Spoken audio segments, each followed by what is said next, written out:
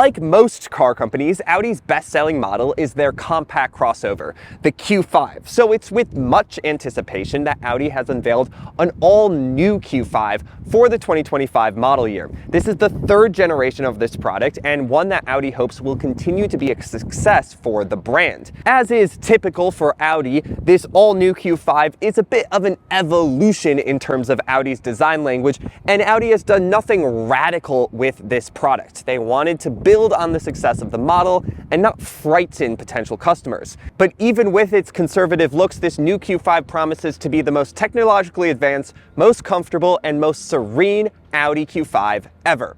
Let's take a look. So what are the changes? Well, this car is marginally larger than before. It's about 1.2 inches longer, and it's a bit more streamlined in its looks. We have this body-colored grille, which I think looks quite sleek, and these pretty sharp LED daytime running lights, which have 8 different configurations that you can customize in the infotainment system. That's pretty cool. Audi has always been the leader in LED light technology and just lighting technology in general, and so they're continuing to push the boundaries with their new generation of products. This car also has an OLED taillight with like 200 or some LED panels in the taillight, so it's pretty advanced. You can also see we have these white Audi rings. But overall, in this gray paint especially, this is a pretty understated and reserved vehicle still. Another feature of the new Audi Q5 is adjustable air suspension. This is not standard, but you can option it, and it will give you a 1.77-inch raise while you are in the off-road mode, or it will lower the vehicle by 0.59 inches when you go into dynamic mode. I think the biggest visual change comes around back where we have this full-length light bar. This is that OLED taillight design as I was talking about, and we have, I really like to see, real exhaust tips. Audi calls them hot tips because they are actually where the exhaust comes out. Who would have thought? Nice to see those on this new Q5. And yeah, pretty streamlined, pretty simple. Opening up this tailgate, we're gonna find 27.6 cubic feet of storage behind the second row, which is a very healthy amount of cargo space. And we can lower the second row just by pulling on these tabs and giving them a little push. And then again, that will reveal 56.7 cubic feet of storage with the second row folders. So this is a very spacious vehicle, very practical packaging. Under the hood of the new Q5, we have the same engine as before. It's a 2-liter turbocharged 4-cylinder that makes 7 more horsepower, 268, 22 more pound-feet of torque, 295, and gets 2 better MPG on the freeway, 30. So all around improvements. And don't worry if you want more power, the SQ5 is still available with its 3-liter turbocharged V6 that now makes 362 horsepower and 406 pound-feet of torque. All right, sitting in the back of the new Q5, this driver's seat is adjusted to a little bit behind my ideal driving position because it automatically slides back when you get out. And at 6'2", I still have enough knee room and enough headroom. My head is just barely hitting this roof liner for the panoramic sunroof, but it is more spacious than the new S5, which I was just sitting in. That vehicle's a tad more cramped. We also have similar creature comforts like manual peasant blockers. If I fold down the center armrest, we reveal a pair of cup holders, heated outboard seats, our own climate control zone, dual USB-C charging outlets, and map pockets. It's a little small back here. I don't have tons of space, but I do fit. But the biggest changes for the new Audi Q5 come up front, where we have Audi's brand new interior. This is featured on a lot of their new products, including the car I happen to be driving this week, the SQ6 e-tron, and that new S5 I was just mentioning, as well as this new Q5. So the basis of this new interior is this massive 14.5-inch infotainment system. We also have a 10.9-inch passenger display, a fully digital instrument cluster, of course, and a really nice new heads-up display that features a lot of augmented reality like navigation as well as traffic sign recognition. It's a pretty advanced system, and when you're using adaptive cruise control, it will even notify you that it recognizes the car in front of you by putting a little green line just beneath that car. It all works pretty well. And overall, the build quality is what you would expect from an Audi. If I open my door and then slam it, solid thud. All of the materials are pretty premium as well, except for, I would say there is a bit too much gloss black in here. I think any gloss black is probably too much gloss black, and the whole center console area is gloss black, as well as most of the buttons in here, which I really don't love. Audi had such good, very satisfying to click buttons in their previous generation products. Current like Q8, Q7, A6, A8, even like the smaller vehicles like the old Q5 and A4 all had really nice, well-built buttons. And this new system does away with that for kind of buttons that are backlit and all under one sheet of piano black plastic. So then when you press on them, the whole thing kind of moves based on where you press it.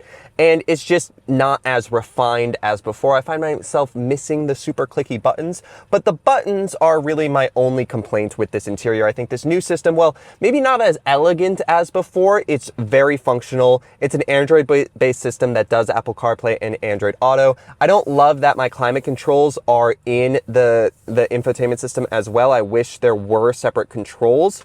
But other than that, we have dual USB-C charging outlets, a wireless charging pad, a center console with a little bit of space, cup holders as well, and a panoramic sunroof. So overall, nothing's wrong with this interior. We also have a new steering wheel, which I quite like. I just kind of wish they still had the old buttons. That would solve most of my issues and then give me some physical climate controls. And other than that, I'm good. It doesn't feel super inspiring in here or super elegant.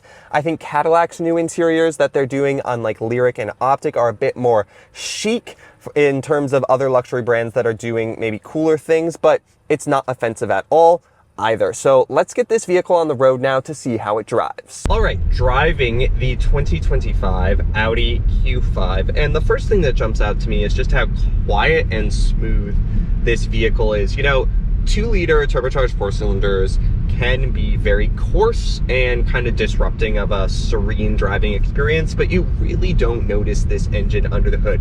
When you floor it, yes, you kind of hear it, but it's still very muted.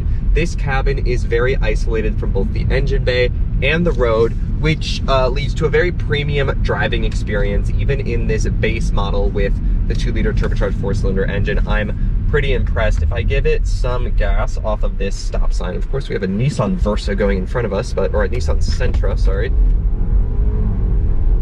You hear it under the hood a little bit, but you don't feel it, which is definitely good.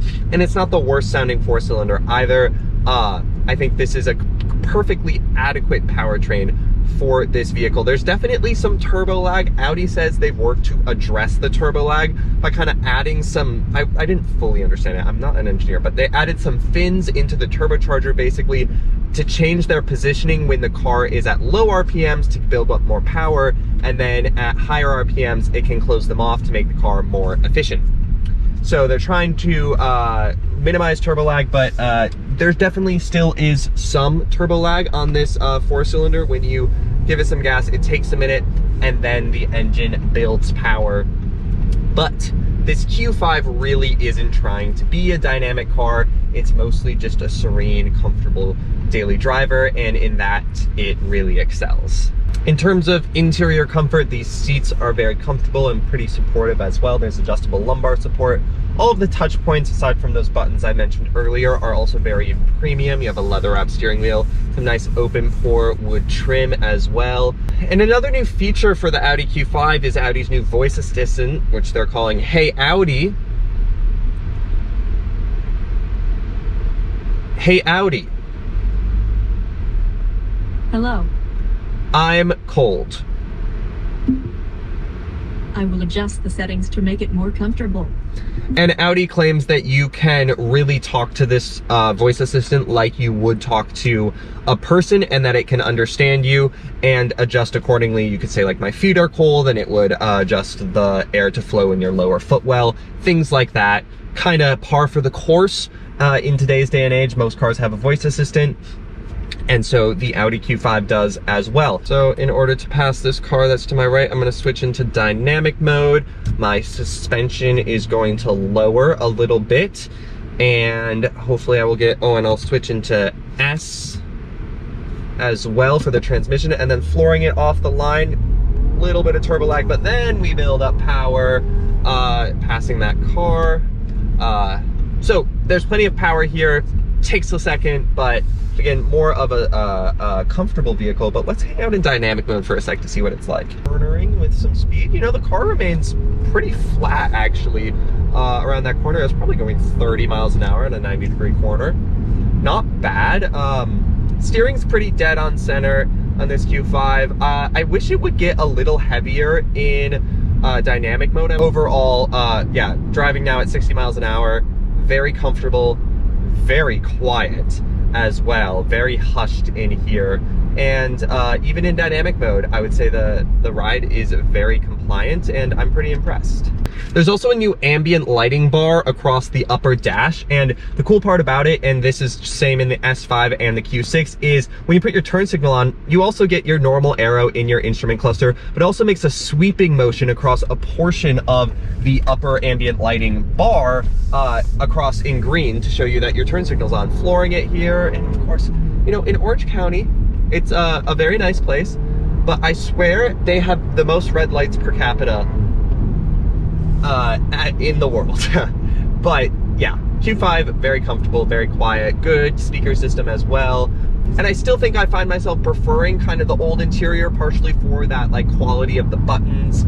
And I think some of it was maybe a little more elegantly put together. So I know this isn't the most cohesive video ever. I only had a few hours with this vehicle, but on the whole, this is a refined, compact luxury crossover.